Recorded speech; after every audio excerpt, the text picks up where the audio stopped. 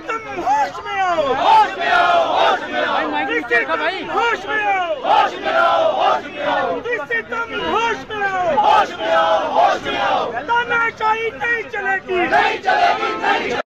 We want justice, we want justice, we want justice, we want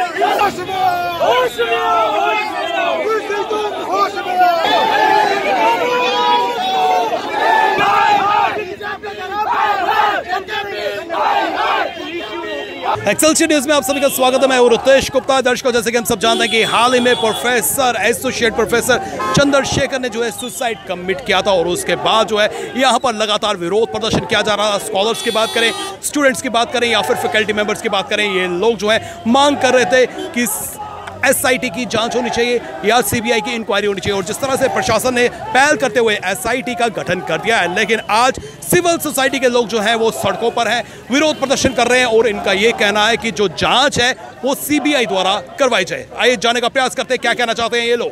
आज का जो हमारा प्रोटेस्ट था वो, जैसे कि आप सब जानते हो, यूनिवर्सिटी में जो एसोसिएट प्रोफेसर थे चंद्रशेखर चंद्रा जी ने सुसाइड कर लिया। उनको मजबूर किया गया सुसाइड करने के लिए, ये बहुत निंदनीय था। तो ये पूरी यूनिवर्सिटी में जातिवाद किया जा रहा, जितने भी हमारे प्रोफेसर हैं उनके साथ जातिवाद किया जा रहा, उनको दबाने की कोशिश की जा रही है। तो मैं आपकी मीडिया के सामने एक अपने समाज को जो मैसेज देना चाहता हूं कि ये लोग हमें दबाते आए हैं, दबाते रहे हैं और दबाते रहेंगे, लेकिन अगर हमें मरना है तो हम चंद्रशेखर की तरह क्यों मरे?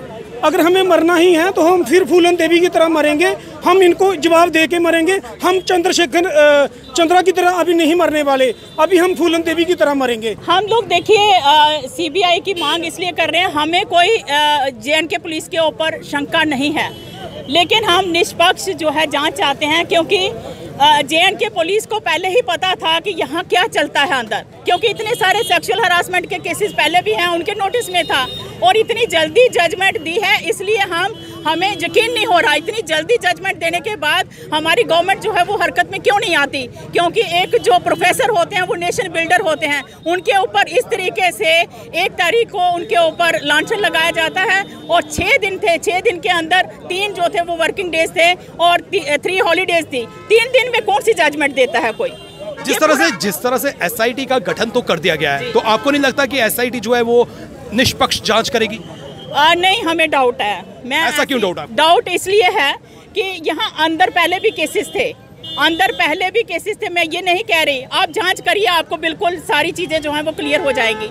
अगर उनको जो जेएनके पुलिस है वो अंदर के हालात उनके सामने होते हैं, वो सब उनके नोटिस में होता है, तो हम ये कहते हैं अगर तो वो निष्पक्ष जांच करते हैं या वो सामने कुछ ठीक आता है छुपाने की कोशिश, क्योंकि वो यहाँ के नहीं हैं, यूपी के हैं और दलित वर्ग से हैं और जिनका रसूख होता है उनको बचाया जाता है, ये तो मीडिया भी जानता है और लोग भी जानते हैं। आपको लगता है जस्टिस तभी मिलेगा जब सीबीआई की जाँच होगी? हाँ, मेरा मानना है कि सीबीआई इंक्वायरी होनी चाहिए, क्योंकि दोबारा कोई इस तरीके से जो लांछन जो लगाया जाता है कि सेक्सुअल हरासमेंट की, इस तरीके का अगर केस जो है वो दोबारा किसी भी प्रोफेसर, किसी भी टीचिंग स्टाफ जो होते हैं, टीचर्स होते हैं, उनके ऊपर इस तरीके के केसेस ना बने।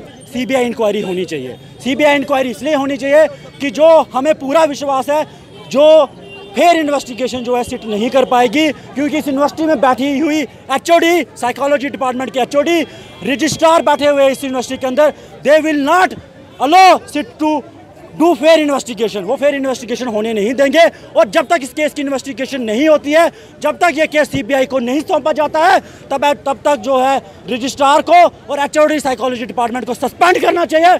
उनको यूनिवर्सिटी के गेट के अंदर, प्रीमाइसेस के अंदर आने ही नहीं देना चाहिए और जितने भी डॉक्यूमेंट्स हैं, चाहे वो कैश कमेटी की रिपोर्ट है, जितने भी डॉक्यूमेंट है उनको सीज कर देना चाहिए। हमें पूरा विश्वास है कि टैंपरिंग की जाएगी, हमें पूरा विश्वास है प्रोफेसर साहब को इंसाफ नहीं देने देंगे ये लोग। आपको एसआईटी पर विश्वास नहीं है?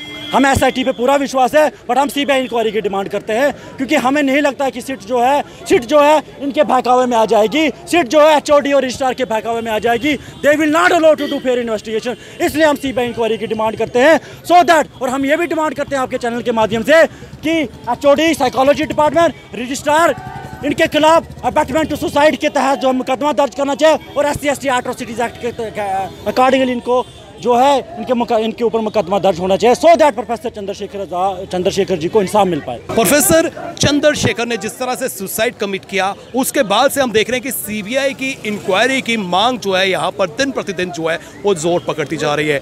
कई संगठन का ये कहना है कि एसआईटी का गठन जरूर किया गया है, लेकिन एसआईटी जो है इंसाफ दिलाने में सक्षम नहीं है। लेकिन सीबीआई की अगर इंक्वायरी होती है, निष्पक्ष जांच होती है, तो कहीं ना कहीं जो है इन लोगों को, प्रोफेसर की फैमिली को जो है जस्टिस मिलेगा। इसी के साथ जतिंदर नूरा और मुझे यानी रितेश गुप्ता को दीजिए इजाजत, फिर मिलेंगे, नमस्कार।